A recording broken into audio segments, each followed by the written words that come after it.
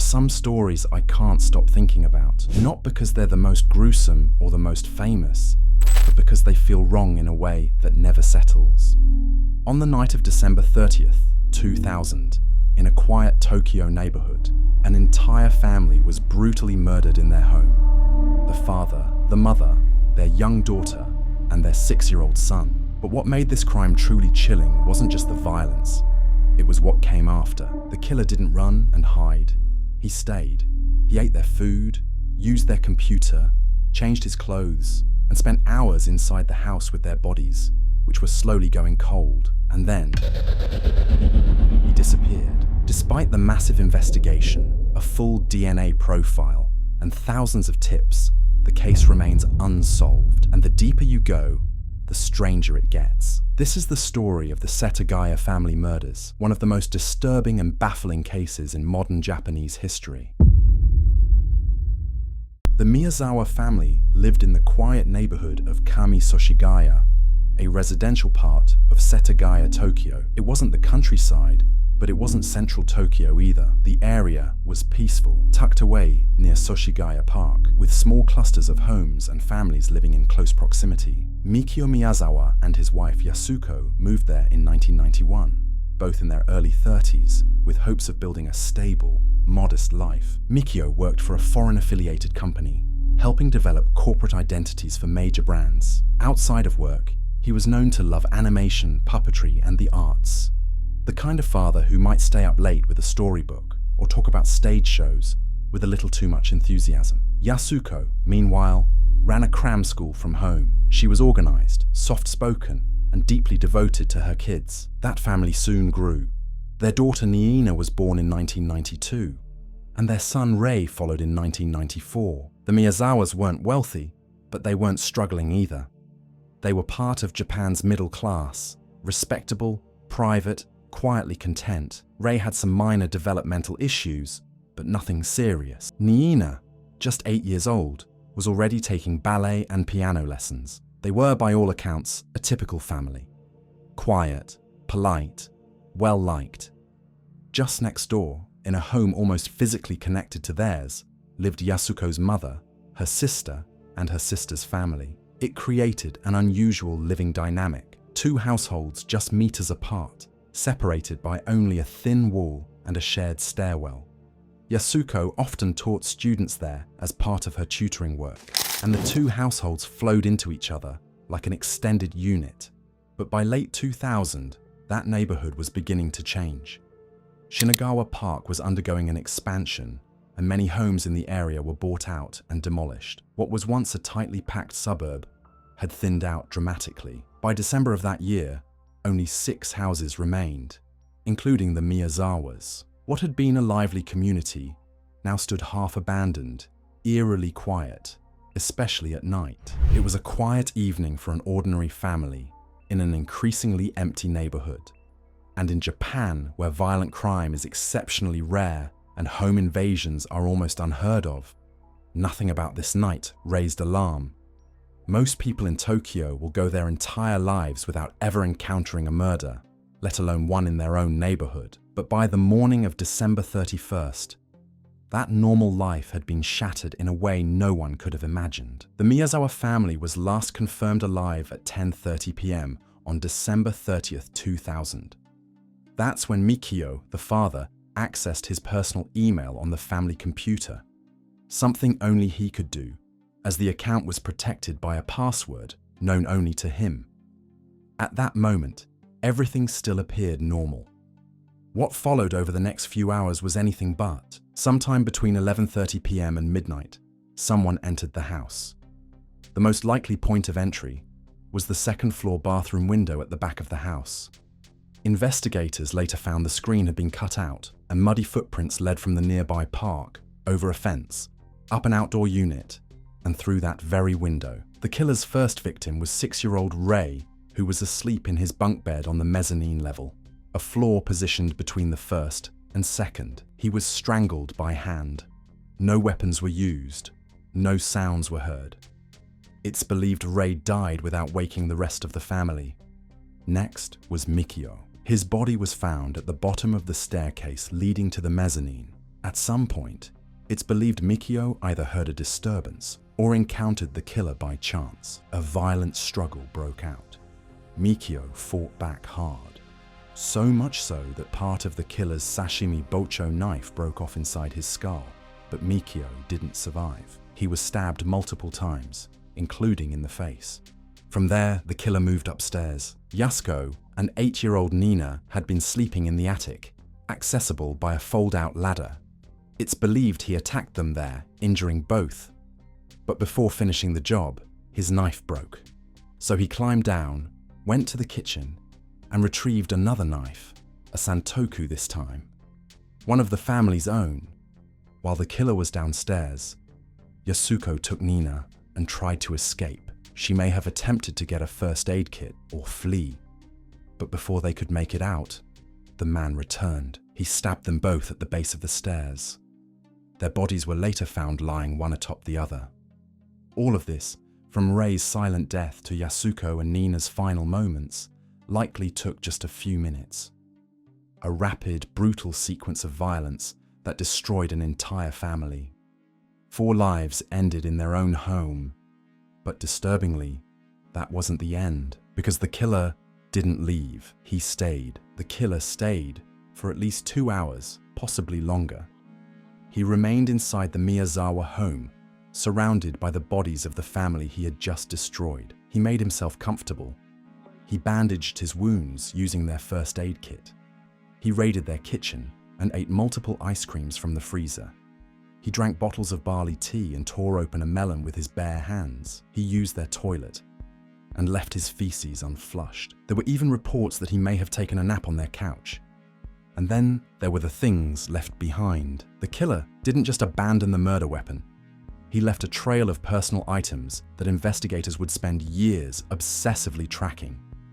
His jacket, gloves, hat, scarf, hip bag, 2 handkerchiefs, and even his shoes. All of it was left in the house. But every clue just seemed to deepen the mystery. The items painted a strange picture. The jacket was a large black AirTech jacket, sold by Uniqlo. A mass-produced item, but still traceable. The gloves were from Edwin, size 26.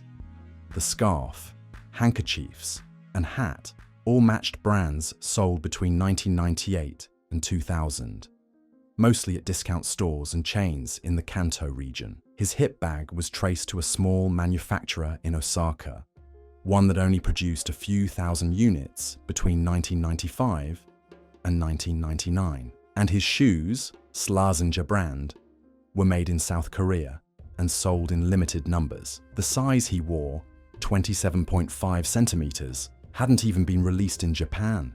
The police did everything they could. They launched Operation Roller, a mass sweep where officers went door to door collecting fingerprints from local residents. They tracked down the origin of the sashimi knife used in the attack, a Seki Magoroku model manufactured in Fukui Prefecture, one of just 1,500 ever sold in the Kanto region. They analyzed the killer's feces and discovered his last meal included sesame seeds and string beans. From the scent left on some of the fabric, they found traces of Drakkar Noir cologne, a men's fragrance by Guy Laroche. And then, perhaps most bizarrely, they found grains of sand inside the hip bag. After testing, it was found to be a match for 2 locations, a skate park in Japan and the Nevada desert. Specifically, the area surrounding Edwards Air Force Base in California. What did that mean? Was the killer someone with a connection to the US military, a foreigner, a traveler, a Japanese citizen who had recently been abroad? No one could say. From the bloodstains, they confirmed the killer was male, likely right-handed, and had blood type A. He stood around 170 centimeters tall, about 5 feet 7 inches, and had a slim waist, estimated between 70 and 75 centimeters. He was likely in his 20s or 30s at the time, judging by the brands and sizing of his clothes. Despite having his DNA, his fingerprints, and all these physical clues, no match was ever found. The killer did not exist in any known criminal or civil database in Japan. Over the years, police followed over 12,000 leads. They narrowed down rare clothing purchases, traced retail patterns, and even tried to contact every known buyer of the exact same shirt. Only 12 were ever located. None were the killer. There was one final strange development. On April 9th, 2001, 100 days after the murders, a Jizo statue appeared by the Sengawa River near the Miyazawa home. Jizo statues are often left as offerings for children who have passed away. No one knows who placed it there. For many, it felt like a silent message from someone involved, or someone mourning. But to this day, no suspect has ever been identified. I'm baffled by this case, because it's rare to have so much information about the killer and so much evidence, and still not have the man in your hands. And yet, so many questions remain. When exactly the killer got in and out is one thing, but how he managed to enter the Miyazawa home and leave it without a trace remains one of the case's most frustrating mysteries. The most widely accepted point of entry is the bathroom window on the mezzanine level. It was open, the screen had been cut, and muddy footprints were found nearby. But the window was unusually narrow, and no fibers from the killer's clothing were found in the frame. Strange, considering how tight that space would be to squeeze through. The balcony is another option. It led directly into Ray's room and could have been accessed by climbing a parked car. Still, there were no signs of disturbance. The police dismissed it early on, though they never said why. Then there's the front door.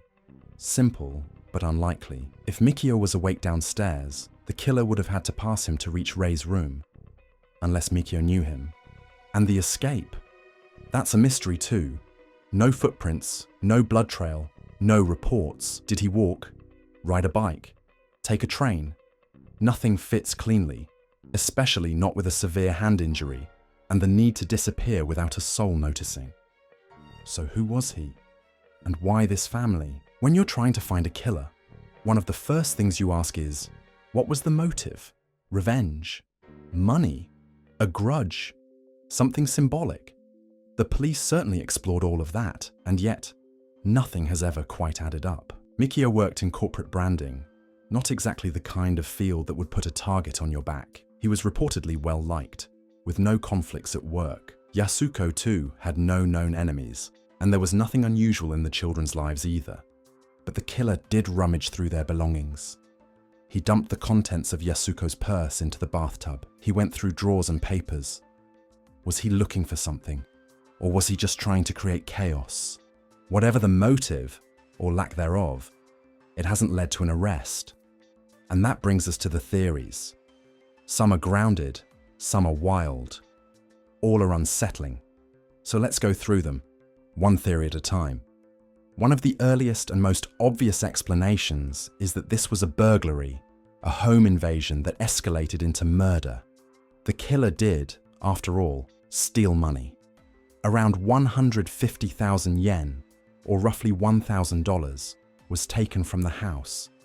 And he definitely searched the place, rifling through drawers, scattering papers, even dumping Yasuko's handbag into the bathtub. But immediately, things get confusing. A much larger amount of cash was left behind, in plain sight. There was no attempt to break open safes or hide the fact that someone had been there. Whoever did this didn't bother with stealth or strategy. They left a chaotic mess, almost like they wanted the scene to look ransacked, without actually stealing much at all. And this family wasn't rich.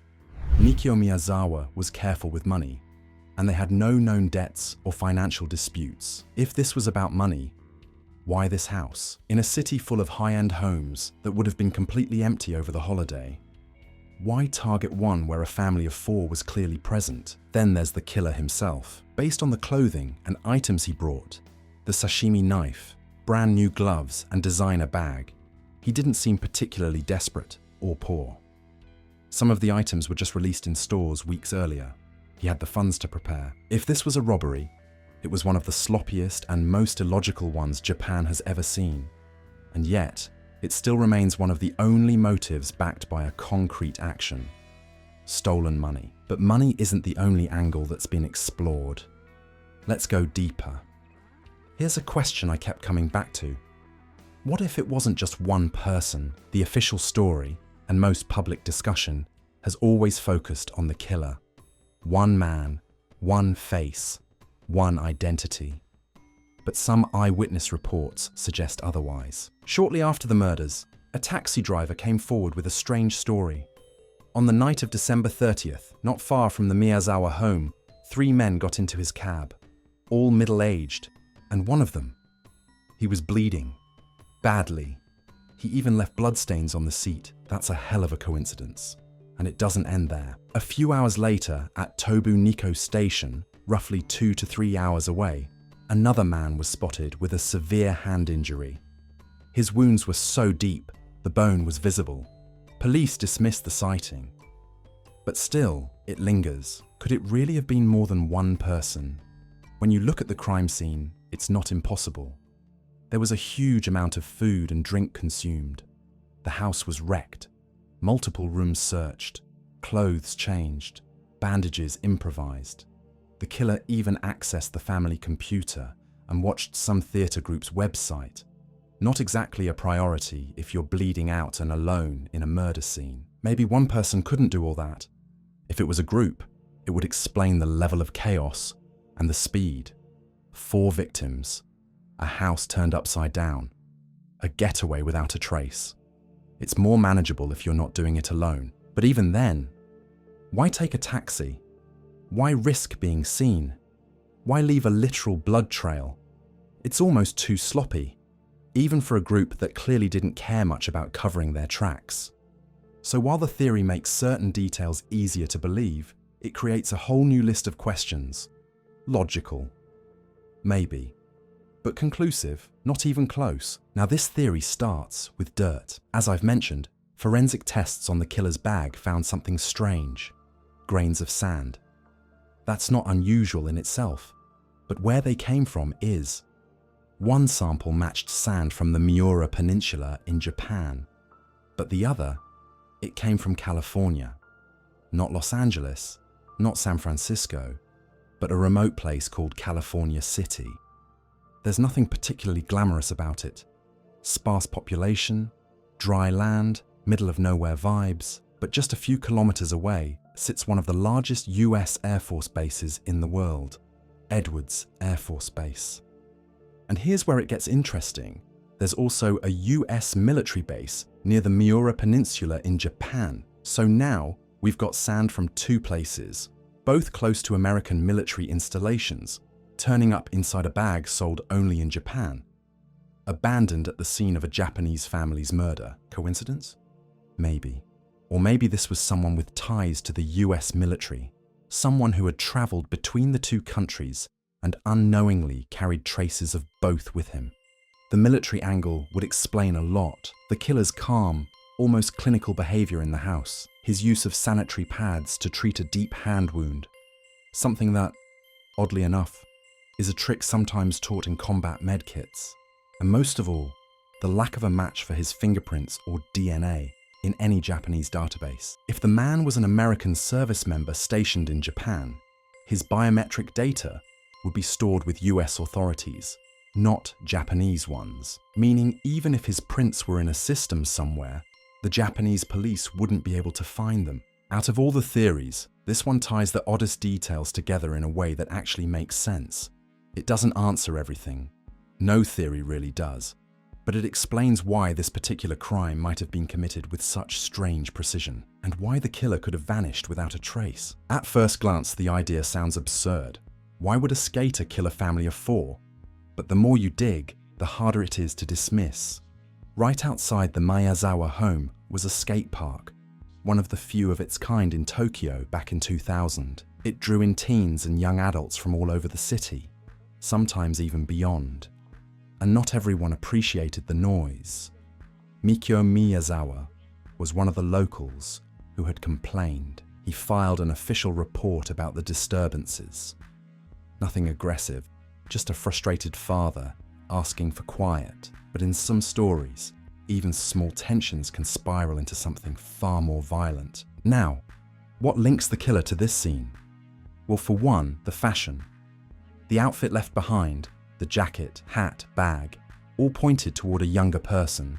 And while some pieces didn't perfectly match skate culture, like the rare Slazenger shoes, others raised eyebrows. Inside the bag, police found traces of a popular cologne worn by Japanese skaters at the time, Draca Noir, famously used by a pro skater with a big following. They also found fiberglass-like particles, the kind used on skateboard grip tape. There's more. The killer may have entered through the bathroom window, which directly overlooked the skate park. If he was familiar with the area, a regular perhaps, he might have known the layout of the house better than most. The Tokyo police took this theory seriously.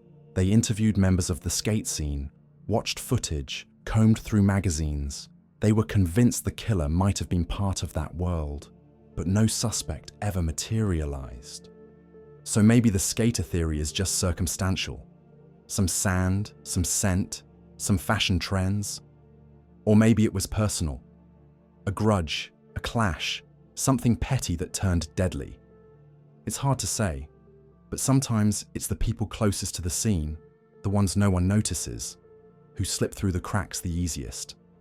So this last theory is hard to talk about. It's a theory that doesn't rely on physical evidence, but on something more disturbing. A series of anonymous posts on a Japanese message board. In late December 2000, just days before the Miyazawa murders, a user claiming to be a 13-year-old began writing about his obsession with killing. He described how he had tortured animals since childhood, how he was fascinated by violent crimes, how he wanted to kill a family before the end of the year.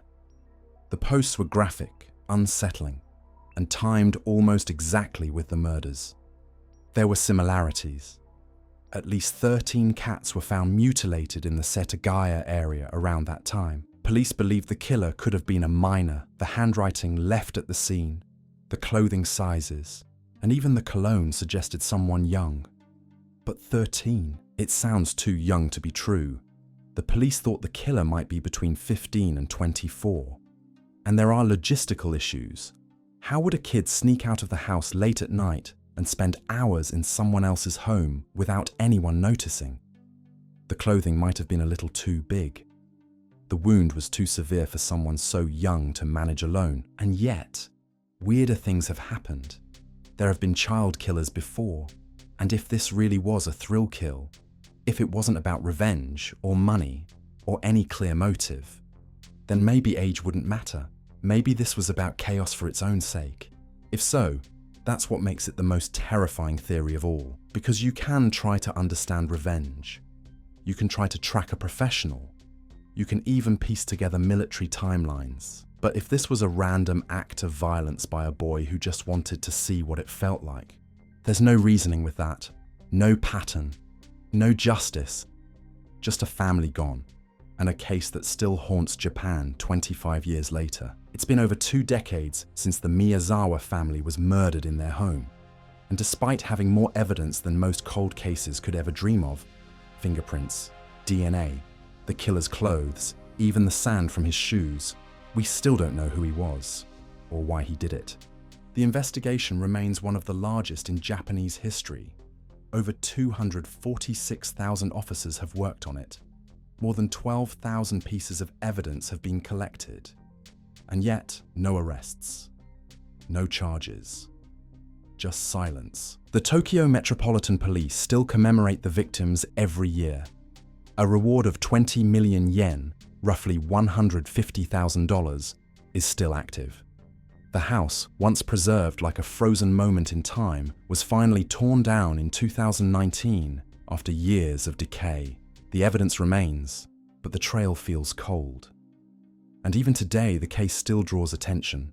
From books, documentaries, and podcasts like Faceless, which challenged long-standing assumptions. So what happened that night? Personally, I don't think there was a clear motive.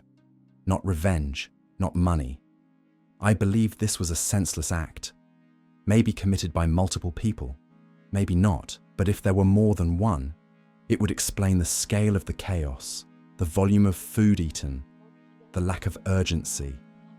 It would also explain the cab driver's story, the blood in the taxi, the train station sighting. But even then, why this family? Why stay in the house after? Why risk everything for nothing? That's what makes this case so terrifying. It suggests the killer didn't need a reason. He, or they, just did it. No logic, no gain, no closure. And maybe that's the scariest truth of all. And so we come to the end of one of Japan's most haunting unsolved crimes. A case overflowing with evidence and yet empty of answers. A family destroyed. A community shaken. A trail that leads everywhere and nowhere all at once. Was it a random act? A calculated attack? Or something even darker?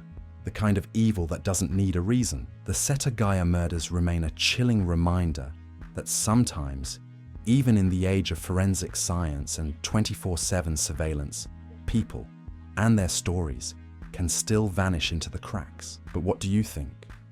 Was this the work of a stranger, a vendetta, or a ghost from someone's past? Let me know your theories in the comments, and if you found this case as eerie and frustrating as I did, don't forget to like, share, and subscribe for more true crime deep dives. Until next time.